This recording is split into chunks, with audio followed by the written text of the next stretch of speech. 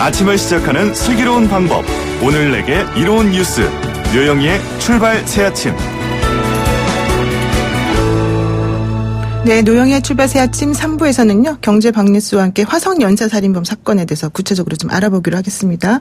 청취자 여러분께서도 의견 주세요. 방송 중에 함께 하겠습니다. 짧은 문자 50원, 긴 문자 100원의 유료 문자 샵 0945, 우물정 0945로 보내주시면 됩니다. 잠시 후 돌아오겠습니다.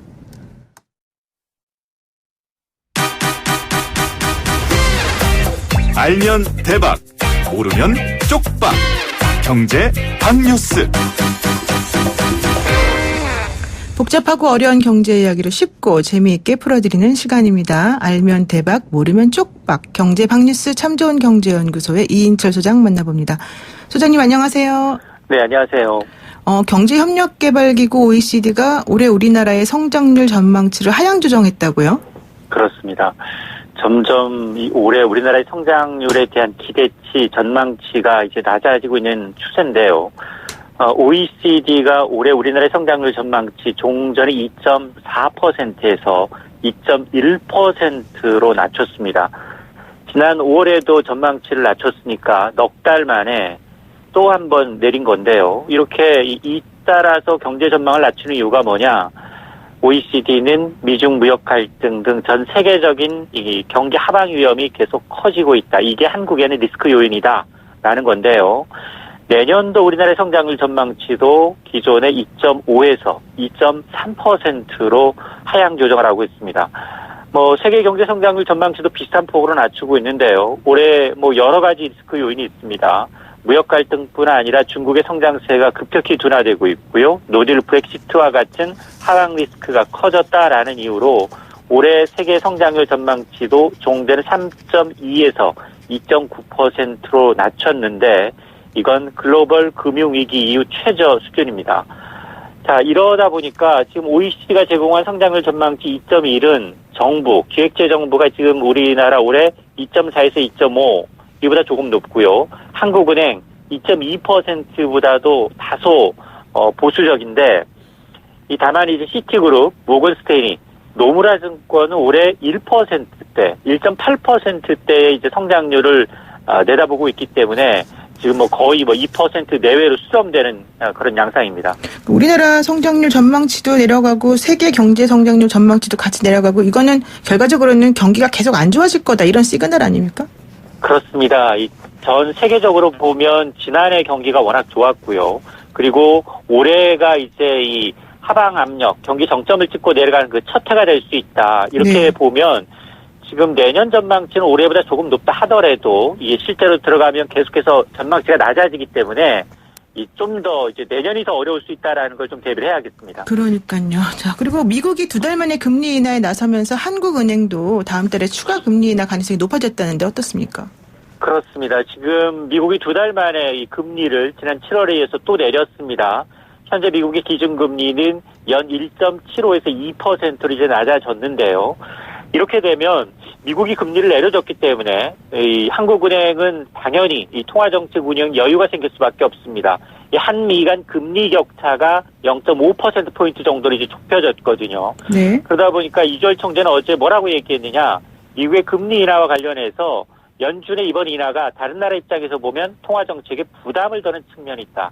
이 얘기는 우리나라도 필요하다면 추가적으로 금리를 내리겠다라는 걸 강력하게 시사한 겁니다. 네. 하나는 지난 8월에 기준금리를 내렸죠. 이렇게 되면 연내 금리 인하 가능성이 높아지는데요. 지금 2번 남았습니다. 10월과 11월 말. 이 둘 중에 한 차례 한국은행이 기준금리를 내릴 것이다라는 전망이 나오고 있는데 다만 다소 이제 리스크 요인은 뭐냐.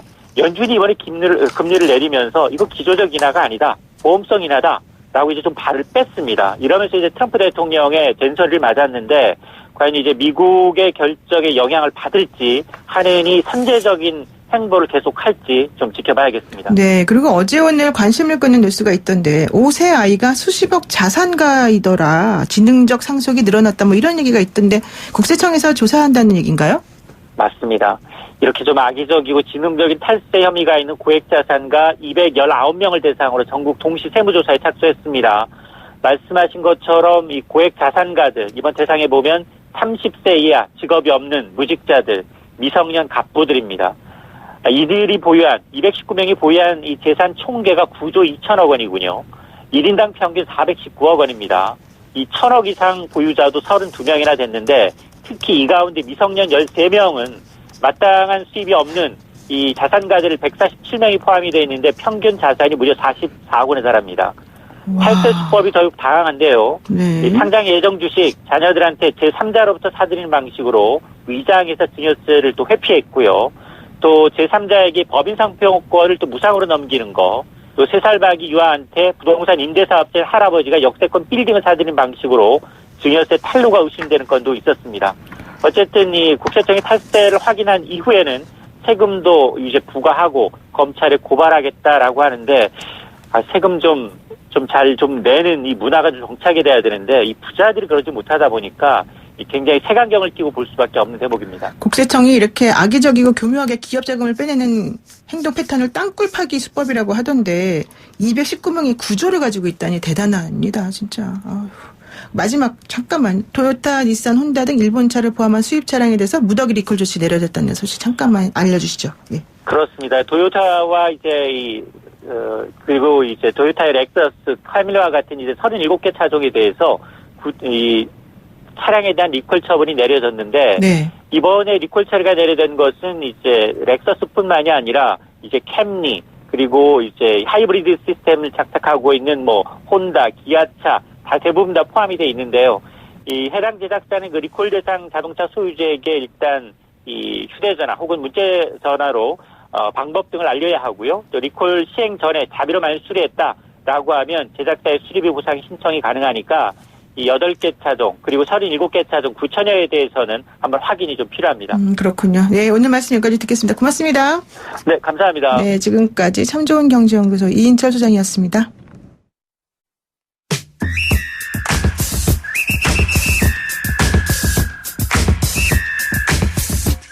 영희와 함께하는 슬기로운 출근길 노영희의 출발 새 아침은 청취자 여러분들과 함께 만들어갑니다. 짧은 문자 50원, 긴 문자 100원의 유료 문자 샵 0945, 우물정 0945로 문자 보내주시거나 유튜브 보이는 라디오 댓글창, YTN 라디오 어플리케이션 예스를 통해 여러분의 목소리를 들려주세요. FM 94.5MHz YTN 라디오 노영희의 출발 새 아침.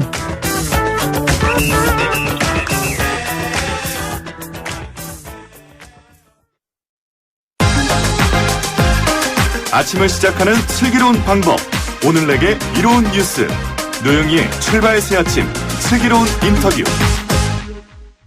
미궁의 화성 연쇄살인 사건의 유력 용의자가 무려 33년 만에 정체를 드러내고 있습니다. 어제 이 소식 듣고 우리 새아침 가족도 모두 너무너무 놀라셨을 텐데요. 이번에 용의자를 특정해낼 수 있었던 거는 DNA 기법 때문이었죠. 그래서 국내 법의학계 대부에게 이번 용의자 특정에 대해서 어떻게 생각하시는지 직접 들어보겠습니다. 특히 이분은 화성 연쇄살인 사건에서 첫 번째 피해자의 유전자 분석을 맡았던 분이십니다. 국내 법의학계 대부 이정빈 가천대 법의학과 교수 전화로 만나보겠습니다. 교수님 안녕하세요. 예. 안녕하십니까. 예. 사건 당시 첫 번째 피해자에게서 발견되었던 용의자 DNA를 일본의 연구소에 보내셨었다 이렇게 얘기가 나오던데요. 예, 일본에서 타이핑을 처음 했는데 네. 준비가 안 된 상태, 일본에서 준비가 안 된 상태에서 그 검사를 한 것 같습니다. 아, 그렇군요. 예를 들면은 사람 피를 잴 때 자가 필요하죠. 네. 그러면 어떤 사람이 뭐 179세 그러면 다른 사람 키를 재서 보면은 180이면 그 사람보다 크다 또는 160이면 작다 이렇게 얘기를 할 겁니다. 네. DNA도 그렇게 자가 있어야 됩니다. 타이핑을 하려면은. 네. 그런데 자가 준비되지 않은 상태에서 그 검사를 하니까 어떻게 하냐면 두 사람 키를 직접 비교를 해야 돼요. 할 때마다. 네. 이런 식으로 검사를 했기 때문에 그 할머니한테서 나온 그 정자 DNA의 타이핑이 제대로 되지가 않았습니다. 그러니까 그 할머니 정자 DNA를 한번 써버리고 나면은 그 다음부터는 비교를 할 수가 없어요. 그래서 첫 번째 용의자, 두 번째 용의자까지 일본에서 검사를 했는데 네. 아니다라고 그러고 세 번째 갖다 주니까 할머니 정자 DNA가 없다. 그래서 검사할 수 없다. 요새는 그렇게 안 합니다. 네. 꼭 DNA 자를 놓고 이게 몇 형 해놓고 그 다음에 이제 그것만 알면은 그걸 가진 사람이 있는지 없는지 보면 되니까요. 아, 그렇군요. 그래서 처음 잘못됐기 때문에 이런 결과가 있었습니다. 그러니까 네. 처음에 수사할 때 우리는 일본이 우리보다 기술이 뛰어날 거라고 생각하고 믿고 보냈는데 알고 봤더니 엉터리로 했었다 이런 얘기네요. 잘못돼 있었습니다. 그렇군요.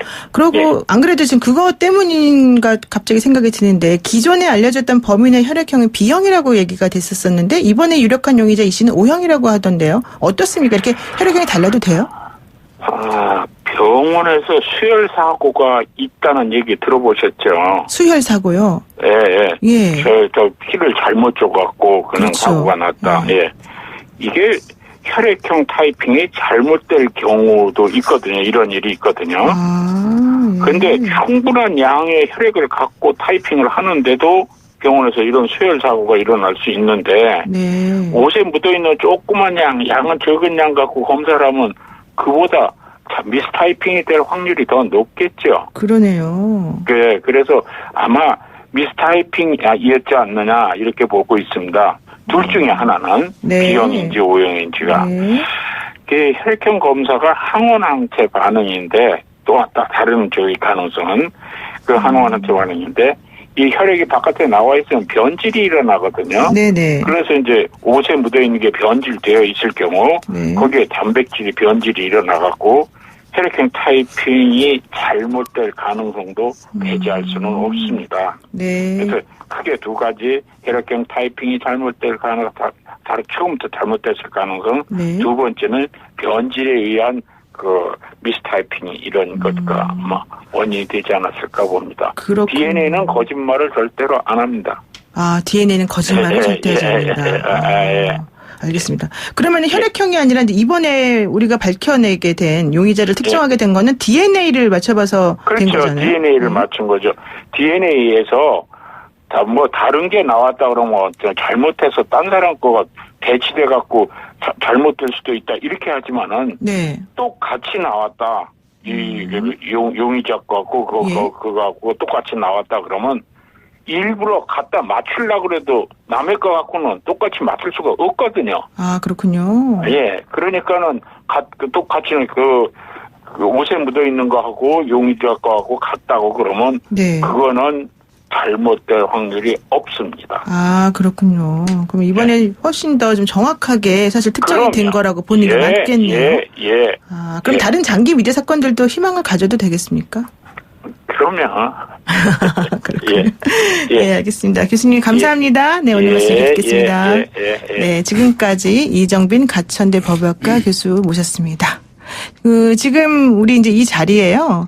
어제 사실은 제일 바빴던 분 중에 한 분인 또 우리 출발 새 아침의 고정 패널이신 백기종 전 수서경찰서 강력계 팀장님 나와 계십니다. 화성 연쇄살인 사건에 대해서 제일 정확하게 설명해 주실 거라고 믿고요. 한번 여쭤보겠습니다. 안녕하세요. 네, 안녕하십니까. 네. 바쁘시죠? 진짜? 어제 좀 바빴습니다. 오늘 아침까지도요. 어쩐지 얼굴이 헬쓱해지셨어요.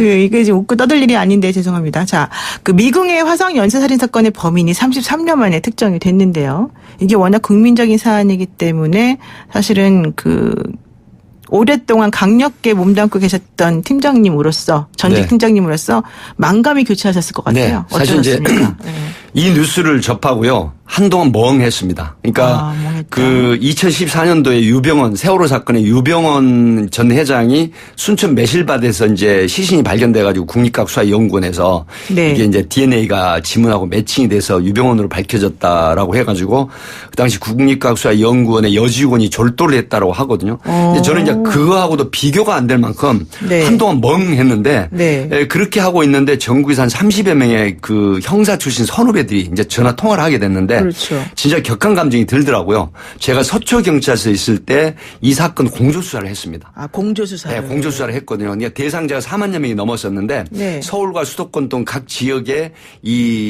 대상자들을 배당을 받아서 수사를 했었던 이제 경험이 네. 있었고 네. 그때 몽타주도 봤었던 기억이 있는데 네. 사실 30여 년 전 사건 우리나라 대표적인 장기 미제 사건 중에 하나인 네. 화성 연쇄 살인 사건 그 당시 이런 얘기도 있었어요. 사실은 이게 2대에 걸친 대통령이 있었거든요. 처음에 네. 86년도에는 전두환 대통령. 아, 예, 예. 그다음에 이제 88년도 2월 24일 이후에 노태우 대통령 시절이었어요. 그 당시 네네. 사실 대학생들이 그 당시 군부 독재 타도라고 해가지고 데모가 한창일 때입니다. 네. 이때 이제 이 화성 연쇄 살인 사건을 검거를 하지 못하면 명운을 걸고 해라 해가지고 아마 그 뒤로 들은 얘기는 진짜 그 치안본부장이 뭐 조인터 소위 말하면 그 군대에서 얘기하는 그런 기합을 받을 정도의 네. 엄명을 내리는 그런 형태였다라고 해요. 네. 그리고 이제 그 당시 이게 잡혔다라고 하니까 뭐 특진을 걸리고 말고 간에 13세, 18세, 20대, 60대, 50대 여성들만 상대로 연쇄 살인 사건을 저지른 거잖아요. 그렇죠. 그래서 형사들 특히 경찰관 중에서도 형사들은 반드시 잡아야 된다는 그런 어떤 일념이 있었던 그런 시기였죠. 그렇군요. 근데 오늘 뉴스 보니까 원래 이 범인을 94년도에 잡을 수 있었는데 네네. 그 처제 살인 사건으로 그 당시에 이제 이 용의자가 조사를 받고 있는 상황에서 수사 협조가 이루어지지 않았다. 아까 지금 이제 서초 경찰서에서 공조하셨다고 말씀하셨으니까 제가 여쭤보는 건데 이렇게 수사 협조가 왜 안 이루어지는 거예요? 그때 잡을 수 있었으면 되잖아요. 네, 사실 이제 94년도에 네. 93년도까지 이모 씨, 부산 교도소에 있는 이모 씨가 이제 화성에서 출생하고 거주하다가 94년도에 그 청주로 이사를 갔는데요. 그렇죠, 이사 갔죠. 이때 이제 처제를 유인해서 많이 보도가 됐기 때문에 애청자분들께서 아시겠지만 그 약물을 이용해서 그다음에 또 둔기를 사용해서 살해하고 성폭행하고 이제 스타킹으로 유기를 했던 뭐 목을 사건인데 졸랐다 이런 얘기 나오던데. 결국 이 사건이 수사를 하면서 이것도 처음에는 밝혀지기 어려웠던 거예요. 근데 당시 수사 형사들 얘기를 들어보니까 범행을 굉장히 부인을 했는데 그 냉장고 받침대 장판지에서 혈흔이 발견이 된 거예요. 그러니까 처제 살인 사건 당시에. 네네. 예. 그래서 이제 그걸 근거로 해서 결국 구속영장이 발부됐는데 집에 가택 그 이모 씨 집을 압수수색을 했는데 이 당시 화성의 그 수사본부에서 이걸 알고 좀 데려와라 그랬는데 네. 우리가 이 사건이 바쁘니까 당신들이 와서 수사를 해라라고 했는데 결국 그 이후에 이 유사한 동일수법 사건을 결부지어서 수사를 하지 않고 끊겨버린 사건이라 지금 노영희 그 앵커께서 말씀하신 것처럼 그때도 아마 이 사건을 면밀히 검토를 했으면 체포를 했을 가능성이 있었지 않느냐 하는 아쉬움이 있는 건데 그때 공조가 잘 이루어지지 않은 건 이런 경우가 있어요. 그 당시 사실은 그 공을 차지하겠다는 실적 또 특징 이런 게 걸려 있었기 때문에 네네. 아마 정보 공유가 원활하게 이루어지지 않았을까 하는 아쉬움이 있습니다. 그러니까 그 처제 살인 사건은 충주에서 일어나서 그렇죠. 충주에서 충주 일어났죠. 경찰서에서 조사를 하고 있는데 네. 화성 연쇄 살인 사건을 수사하던 경찰이 네. 전화를 해서 우리 좀 도와줘라. 네. 그러니까 충주에서는 니네가 와서 해라. 서로 조금 네, 신병을 미루다가 당신들이 와서 데려가 그렇죠. 수사해라라고 그렇죠. 했는데 서로 좀 데려와라 아니면 너희들이 데려가라 이렇게 그러니까 됐는데 서로 좀 이렇게 욕심부리다가 결과적으로는 제대로 수사를 못했다. 네, 그런 이런 아쉬움이 좀 있는 것 같아요. 있네요. 네, 네. 그렇군요. 근데 어차피 경찰분들 입장에서는 실적이나 특징이 또 중요한 부분이기도 하니까 좀 그랬을 수도 있었겠다 생각하지만 좀 속상합니다. 네. 그리고 지금 화성 연쇄 살인 사건 상당히 잔혹하고 엽기적인 살해 수법이잖아요. 근데 이제 이런 연쇄 살인범들은 범행 수법이 다 이제 비슷비슷하고 특징이 있다 그러는데 이번에 5차, 7차, 9차 사건의 DNA가 일치했는데 나머지는 사실은 조금 DNA가 없어서 못 확인했다라는 말도 있고 아니면 네 번째 걸 지금 보고 있다는 말도 있고 좀 그렇거든요. 어떻습니까? 아닙니다. 지금 그건 그 잘못 알고 계신 거고요. 예. 지금 국립과학수사연구원에 DNA 의뢰를 한 거는 네. 이제 그 4건에 대해서 의뢰를 했어요. 네 근데 건에 세 건, 대해서요? 네, 5차, 7차, 9차, 18세 여성, 13세 소녀, 그다음에 52세 여성 이 세 분의 피해자가 DNA 그 유류품에서 발견된 거예요. 오산경찰서 증거물 창구에 보관되어 있는 게 재감정 의뢰했는데 네, 밝혀졌고 속옷에서 발견됐죠. 지금 네. 방기수 경기남부청 2부장이 이제 수사본부장이 돼가지고 이 사건을 전면적으로 제로 베이스에서 다시 수사를 시작을 한다라고 했는데 추가적으로 이 채집된 증거물을 모아서 다시 의뢰를 하고 있습니다. 네. 하기 때문에 이 부분은 시일이 걸릴 걸로 조금 예상이 됩니다. 7월 15일 날 이걸 의뢰를 했는데 한 1개월 이상이 걸렸거든요. 네. 그렇기 때문에 이 부분도 지금 전혀 자료가 없는 게 아니라 채집된 증거물들을 지금 세분화해서 다시 의뢰를 하는 중으로 그렇게 알려지고 있습니다. 아, 그렇군요. 네. 그런데 지금 부인하고 있다던데요. 그 네. 용의자는. 부인을 하는 건 예견된 수순이었습니다. 왜 그러냐면 네. 지금까지 모범수로 24년간을 부산교도소에서 생활을 했잖아요. 네. 그러니까 1심과 2심에서 처제 살해 사건 이후에 구속이 돼가지고 재판을 받는데 1심과 2심에서는 사형 선고를 받았습니다. 그렇죠. 근데 대법원에서 올라갔는데 대법원에서 파기환송을 했어요. 왜 그러냐. 이 사건이 사형을 하기보다는 지금 우발적 살인 사건의 면모가 보이니까 다시 심리를 해라. 라고 해서 고법에서 무기징역으로 감형이 됐거든요. 네. 그런데 이 연쇄살인 사건 특히 멘탈이 굉장히 범죄 멘탈이 강합니다. 이런 사람들은 거짓말 탐지기를 해도요. 실질적으로 2% 이내에서 거짓을 얘기하는데 진실 반응이 나오는 경우가 있어요. 소위 말하면 사이코패스나 소시오패스들. 그렇군요. 그리고 네. 확신범이나 종교사범들이 일부 이런 사람들한테는 이 거짓말 탐지기가 실효가 없죠. 이런 측면인데 사실 이 사람들 24년간 모범수로 수용 생활을 한 건 왜일까요? 지금까지 양의 탈을 쓰고 늑대의 본성을 숨겨 있었던 건 아마 가석방을 노렸을 거예요. 나가고 싶다. 네. 그런 측면이 있기 때문에 지금 범죄 멘탈이 강한 사람들이 이번에 경기 남부청 수사관들이 갔는데 시인도 부인도 하지 않은 덤덤한 표정을 지었다는 게 알려지고 있거든요. 예, 아무 반응이 없었다 그러더라고요. 굉장히 범죄 멘탈이 강하다는 거기 때문에 이건 아마 미루어 짐작되는 그런 범죄 부인하는 형상이 있을 것이다라고 예견이 된 거죠. 그렇군요. 그러니까 이때 당시 이 씨가 아내가 자신을 떠나버리니까 화가 나서 처제를 유인해서 범행을 저질렀다고 나왔는데 그게 계획 범죄가 아니라 우발적 범행이었을 가능성이 있으니까 사형은 안 된다 그래서 무기징역이 됐던 거잖아요. 네. 그런데 결과적으로는 그걸 잘 이용해서 네. 25년 동안 모범수로 또 그렇죠. 24년간 하면서 가석방을 노린 게 아닌가. 네. 그렇다면 가석방을 받아야 되기 때문에 이렇게 뭐 증거가 드러났다 하더라도 본인이 인정하면 절대 안 되는 거죠. 그렇죠. 계속 부인하는 거죠. 그러니까 우리 노영희 변호사님이시니까 아시겠지만 장기수도 20년형을 살게 되면 3분의 2 형기를 마치고 20년 이상이 되면 그렇죠. 가석방 대상이 되지 않습니까? 그렇죠. 아마 이런 걸 노렸을 가능성이 굉장히 높다라고 하기 때문에 심지어 기능사 자격을 취득하고 도자기 공예 전시를 하고 또 이런 그 경제사범들이 이 이모 씨에 대해서 아주 순순히 수능을 하고 부탁을 하면 들어주는 형태까지 뭐 친화력을 발휘를 했다라고 보면 아마 굉장히 머리는 지능적이고 치밀한 사람이 아닐까. 저는 그 미루어 견주어 보면 왜 그러냐. 9건의 만약에 살인사건 중에 지금 3건이 확인됐잖아요. 네. 그렇다고 하면 무려 5년 동안 범죄가 발각되지 않고 계속해서 반복해서 연쇄살인을 했다라고 보거든요. 그러면 과연 이 범죄 DNA, 범죄 머리는 굉장히 치밀하고 영리하다. 이런 분석이 가능해요. 그러니까 어쨌든 출소 이후에 3까지 지금 계획을 세워가지고 아주 착착 그럴 진행을 하고 가능성이 있다는 굉장히 거잖아요. 높죠. 아, 그렇군요. 근데 뭐 조금 더 말씀하다 보니까 더 궁금해지는데 이 사람이 지금 부산교도소에서 1급 모범수로 생활을 했는데 2016년부터 이 사람하고 같이 수감 생활한 사람이 말을 한 게 있더라고요. 네. 뭐라고 말했냐면 종교 모임의 회장을 맡을 정도로 교도소 내에서 신망이 두터웠다. 네. 그 심리적인 건 어떻게 봐야 됩니까? 그러니까 이제 제가 앞에 말씀드렸지만 지금 예. 목적이 있었죠. 어차피 범죄는 완전 범죄를 깼어요. 그 네. 당시 그 당시 94년도 1월 달에 처제를 이 빵 굽는 토스터기를 주겠다고 유인합니다. 근데 그렇죠. 그 이유가 뭐냐면 부인이 가정폭력과 경제적인 악조건 때문에 가출을 하게 됩니다. 그렇죠. 그러니까 20세 된 처제를 한 달 후에 유인을 합니다. 근데 그 전에 통화 내역이 진술조서에 나와 있어요. 뭐라고 하던가요? 곧 굉장히 너한테 위험한 일이 생길 것이라는 예고를 했어요. 그런데 실제로 한 달 후에 처제 20세 된 처제를 유인해서 이 수면제를 여러 군데 약국에서 이제 수집을 해가지고 그걸 음료수에 타서 먹이고 그다음에 이 살해를 했는데 그것도 둔기로 쳐서 살해하고 그다음에 성폭행하고 그다음에 이제 화성 연쇄 살인 사건의 수법과 비슷해요. 어떤 거냐면 그 둔기로 내려쳐서 살해한 거 말고는 스타킹을 재갈을 물리거나 목을 감고 또 청바지 피해자가 입고 있는 청바지로 머리를 감아서 아이들이 그 보통 안고 자는 그 소파 있어요. 그 소파 속에다가 이 시신을 구겨 넣어가지고 1km 쿠션 속에다가 쿠션에다가 그다음에 1km 야익장에다가 유기를 한 거거든요.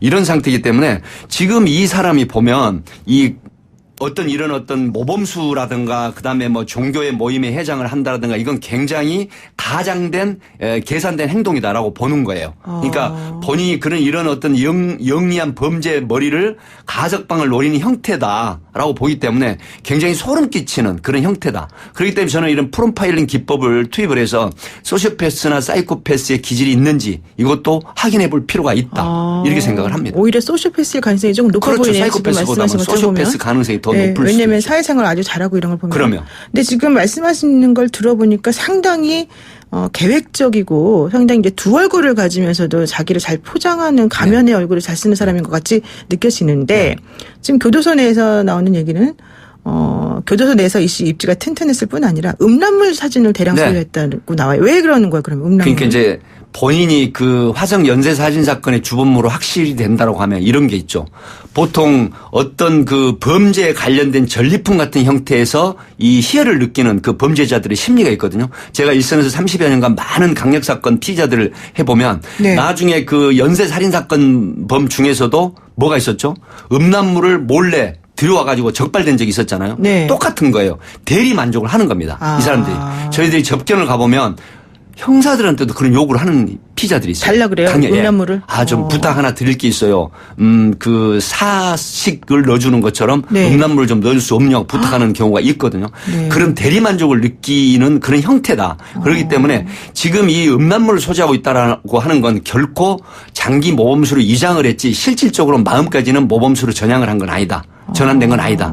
이런 단초가 될 수가 있는 것이죠. 근데 어떻게 교도소에 음란물이 이렇게 반입이 되네요. 사실 음란물이 반입을 할 수가 없는 건데 우편물 검열이라든가 이런 어떤 사식에 관련된 거는 사실은 검열이 쉽지가 않거든요. 그리고 이제 그 교도소 내에서 교도관들하고 친하게 되면은 그런 부분들을 부탁을 하는 경우가 일부 있어요. 전체 교도관들이 그런 건 들어주지 않지만. 그렇죠. 그러면서 이제 장기수이기 때문에 그럴 가능성이 있다라고 측면에서 교도 행정에 허점이지 않을까 하는 그런 우려도 있습니다. 그러니까 좀 모범수로서 이제 생활하면서 안심을 시키고 조금 허술하게 관리되는 체계를 이용한 거다. 행정을 이용하는 가능성이 있죠. 그렇군요. 지금 3982 쓰시는 분께서요. 김포 개인 택시 기사인데요. 택배기사. 외계인 프레데터 같이 지구의 화성을 태양계 화성인 줄 알고 온 그런 새로운 인종이 아닐까요?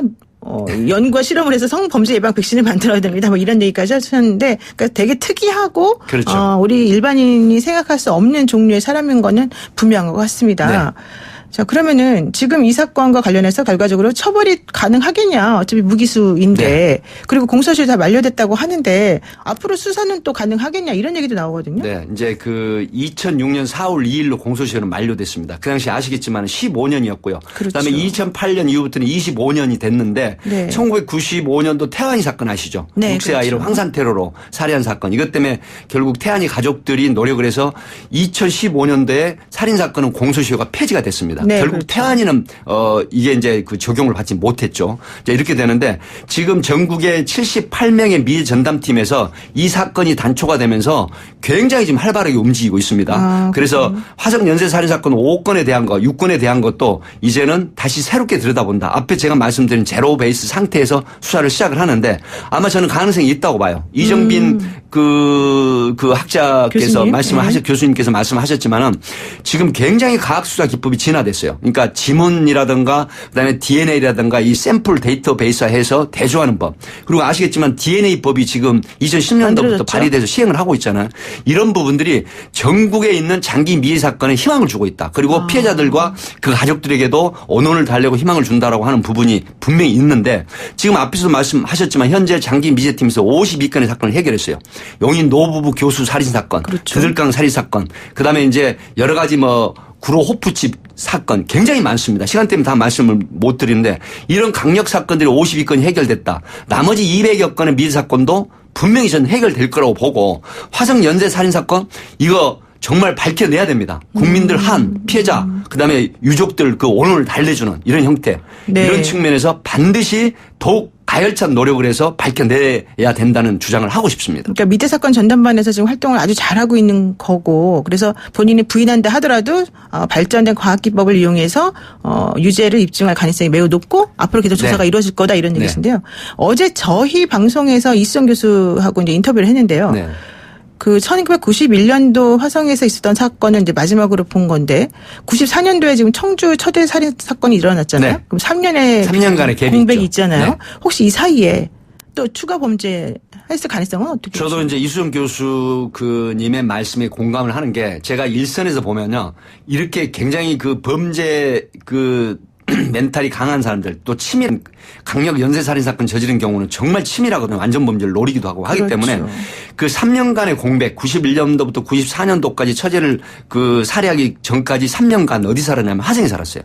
그리고 이 사건이 왜 지금 상당히 가능성이 있느냐면 화성 일대에서 일어났는데 바로 본적지도 거기고 출생도 거기고 93년도까지 그곳에서 살았다. 그럼 DNA가 일치한다고 하면 3년간 분명히 또 다른 그런 강력범죄를 저질렀을 가능성이 높다. 이런 일선 수사 경험칙에서도 저도 짐작이 되거든요. 하기 때문에 이런 부분까지 들여다보고 밝혀낼 부분을 밝혀내야 된다. 이렇게 생각을 합니다. 네, 마지막으로 장기 미제 사건들 공소시효가 끝났어도 반드시 해결해야 되는 이유가 네, 그러면요? 진실을 밝혀야 되는 거고요. 사실 범죄를 저지른 사람은 끝까지 추적해서 밝혀내야 되고, 그다음에 이제 만약에 공소시효가 이번에 이 사건의 범인처럼 공소시효가 만료돼서 처벌을 못 한다고 하더라도 네. 국민 법 감정에 대한 처벌을 받아야 됩니다.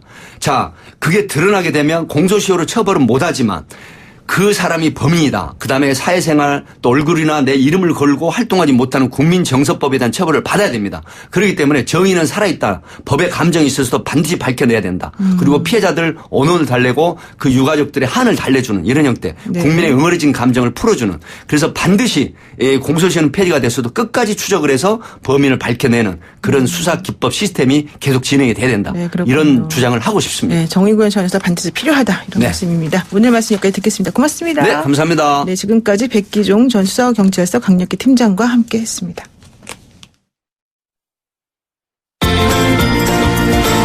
아침을 시작하는 슬기로운 방법.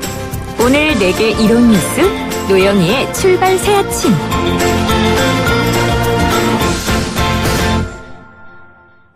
어제 오늘 검색어에 엄청나게 지금 올라오고 있는 영화 제목이죠. 살인의 추억.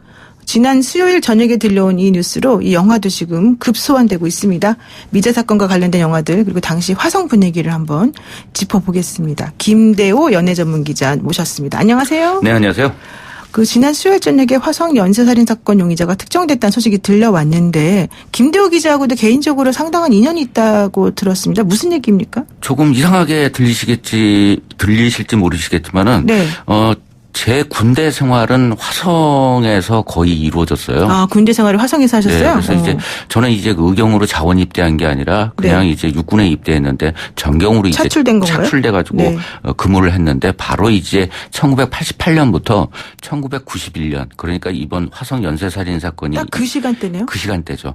그 시간대에 바로 이 부대가 네. 수원 2기동대라는 곳이었는데 네. 무려 이제 이번에 이제 그 의심을 사고 있는 용의자가 살고 있던 진안 1리에서 약 1km 정도밖에 떨어져 있지 않은 곳에 부대가 수경을 하고 있었습니다. 어머, 그럼 오다 가다 만났을 가능성도 사실 있는 거예요? 네, 사실상 이제 이번 사건과 같은 경우에 국도 1호선이 굉장히 그때 당시에도 중요했고 그렇죠. 지금도 이제 네. 그 지적이 되고 이동 있는 경로가 부분인데 만나서 이 그렇죠. 국도 1호선밖에 이동 경로가 없습니다. 그래서 이 그 버스 정류장에서 내리게 되면은 반드시 네. 이제 국도 1호선에서 시내버스든 시외버스든 타고서 내려서 마을로 이제 들어가야 되기 때문에 그렇죠. 좀 소름이 확 끼치더라고요. 그러니까 그 당시에 사실 지금 밤이 되면 되게 깜깜하고 불도 없는 곳이었던 네. 것 같은데 그 이번에 뉴스 접하시고 어땠습니까? 혹시 그 당시도 뭐 그런 사건 났을 때도 사실 군대 생활을 거기서 하셨으니까 아셨을 텐데. 그러니까 그때 당시 이제 그 민주화 열풍에 의해서 굉장히 낮에는 그 시위가 많았었고 낮에는 이제 서울 지역에서 시위 진압을 하고 밤에는 이제 화성에서 이제 방범 활동을 했는데요. 그 단적으로 말씀드린다면 이제 그 화성시 크기가 681km/제곱미터입니다. 그리고 네. 또 서울이 605 킬로미터 제곱이에요. 그러니까 서울보다 넓은 지역인데 인구수는 훨씬 적죠. 1985년도에 22만 5천 명이었고 그다음에 1990년대에 18만 7천 명이에요. 어머나. 그런데 1990 줄어든 거죠. 5만 명이. 그러네요. 이 사건이 일어나면서 1995년도에는 15만 8천 명으로 줄어듭니다. 그러니까 대부분의 사람들이 이곳을 이제 그 피해 여성으로 이제 여성분들이 많이 이사를 떠나는 것으로 확인이 되고 있는 상황이고 단적으로 말씀드리면 이제 워낙 경찰 인력이 없었기 때문에 2인 1조 근무가 이제 그 기본 원칙이었지만은 너무나 지역이 방대하기 때문에 한 명씩을 이렇게 그 정류장이나 아니면 마을 초입에 세워놓고 하는데 이 인력을 다 회수해서 이제 그 수경지로 돌아가는 데까지 약 3시간 정도가 걸려요. 그리고 저 같은 경우에는 이제 공동묘지에서 혼자 새벽 2시까지 지키는 뭐 이런 일이 있었는데 가장 두려운 게 사람을 만나는 거였었죠. 그래서 그렇죠. 그 지역에서는 거의 밤에는 사람을 볼 수 없을 정도의 상황이었기 때문에 근무를 하면서도 제가 이제 뭐 전경이었기 때문에 당시는 전문성이 없었지만은 분명히 이 지역은 외부인보다는 내부인 그러니까 지리를 아는 사람일 거라는 생각을 많이 했었습니다. 촉이 좀 있으셨군요. 그러니까 사실 저도 그 당시에 대학생이었는데 우리 그때 보통 이제 젊은 여성분들이 또 많이 피해를 당해서 밤에 다니지 말아라 이런 얘기도 많이 듣고 그랬었습니다. 그런데 어쨌든 이제 이런 경험들이 있다 보니까 이 영화 살인의 추억이 개봉했을 때 상당히 남들하고 좀 다른 소외가 있었을 것 같아요. 네, 솔직하게 눈물을 많이 흘렸는데요. 예. 거의 이제 이 디테일, 봉준호 감독이 봉테일이라 불릴 정도로 디테일에 있어서는 그렇죠. 세계적으로 유명한데 이 화성 살인의 추억과 같은 경우에는 이 디테일이 리얼리티까지 이어지면서 그렇죠. 결국은 이제 맨 마지막 장면이 다시 이제 현실로 이어지게 되는 셈이거든요. 마지막에 이제 이 DNA 분석 보고서 나오지 않는다. 시료가 부정확하다. 해서 이제 터널 속에서 오열하는 장면으로 영화는 끝나게 되는데 다시 이제 지금 올해 이번에 이제 그 DNA를 통해서 이 범인에 대해서 특정이 된 상황이기 때문에 굉장히 뭐랄까요?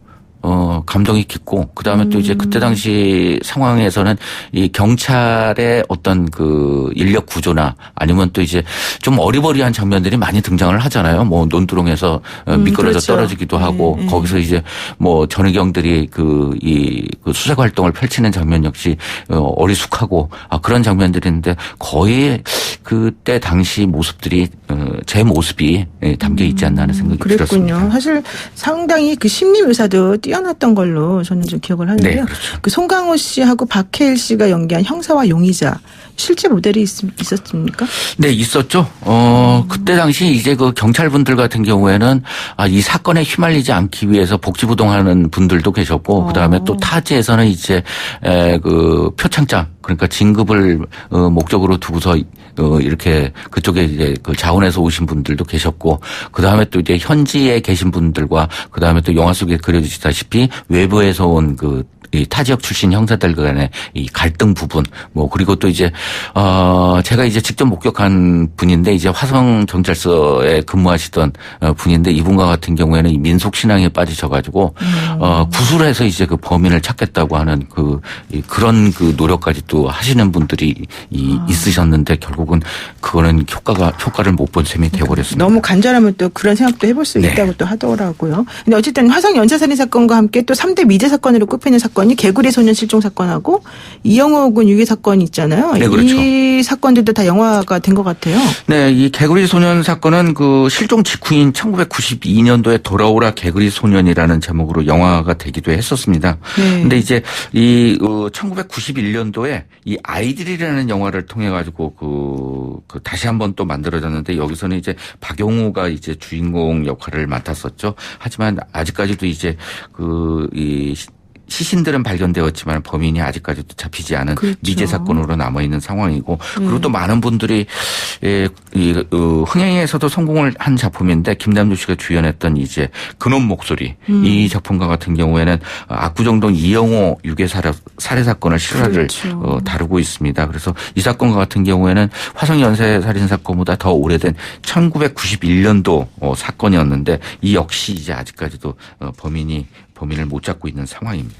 그래서 지금 사실 이제 DNA 기법이 발달하고 그래서 또 좀 새로운 희망을 가질 수 있다 이런 얘기를 하기도 합니다. 그런데 이런 미제 사건들을 그린 영화나 드라마가 계속해서 만들어지는 이유가 뭔가요?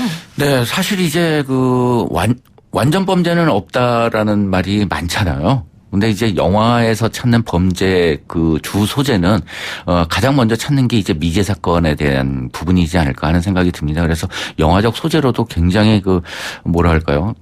이 소구력이 굉장히 깊고 하기 때문에 미제 사건을 많이 다루게 되는데, 어떻게 본다면 이 살인의 추억과 같은 경우에는 너무나 리얼리티가 많이 담겨 있었기 때문에 지금 와서 그 해결점들, 그리고 당시 이제 수사의 문제점들, 이런 부분들을 모두 담고 있었기 때문에 지금 이제 올해 이번 사건과도 계속적으로 연관이 되지 않나 하는 생각이 듭니다. 그러니까 우리가 그 영화 사실 예전에 개봉했지만 지금 또 다시 새로운 시각으로 그 영화를 보게 되면 네. 그 포인트마다 이때 이렇게 갔으면은 됐을 텐데 그렇죠. 저때 저렇게 했으면 이런 게 좀 나오지 않을까 싶어요. 네, 그랬죠. 그 당시에 이제 그 영화 속에 이 많은 그 내용들을 갖다 담으신 분들이 그 직접 수사를 하신 분들, 그 다음에 또 프로파일러 분들 네. 여러 가지 도움들을 갖다가 주고 그 소재로서 활용이 되기도 했는데요. 네. 이 장면들, 그러니까 농수로 장면이라든가 아니면 또 야산에서 발견되는데 이 촉촉하게 젖어 있는 낙엽 부분이라든가 네. 이런 부분들이 어떻게 본다면은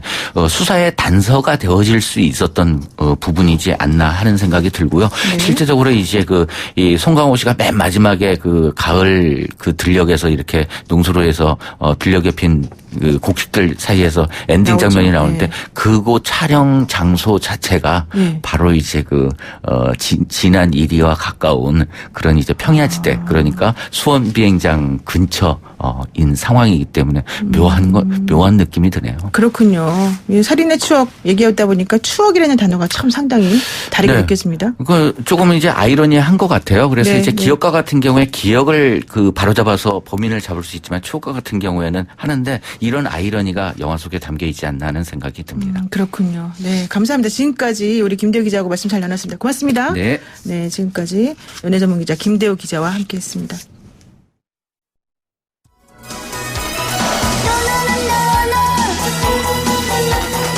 DNA는 거짓말을 하지 않는다. 오늘 한국법의학의 대부 이정빈 석좌 교수의 한마디였습니다. 과학과 법은 이렇게 명확하지만 우리 삶은 그렇게 명확하지 않습니다. 남겨진 가족들의 마음 그리고 또 다른 미제 사건의 피해가 가족들의 마음의 무게를 어떻게 잴 수 있을까요? 저희 프로그램 제작진이 미제 사건 피해자 가족분들의 마음을 여쭙고자 몇 군데 연락을 했습니다마는 다들 말씀을 아꼈습니다. 우리들이 가지고 있는 기억의 무게, 아픔의 무게 우리 사회가 잘 끌어안아야 되겠습니다. 노영의 출발 새 아침 다음 주 월요일 아침 7시 15분 변함없이 슬기로운 내용으로 찾아뵙겠습니다. 고맙습니다.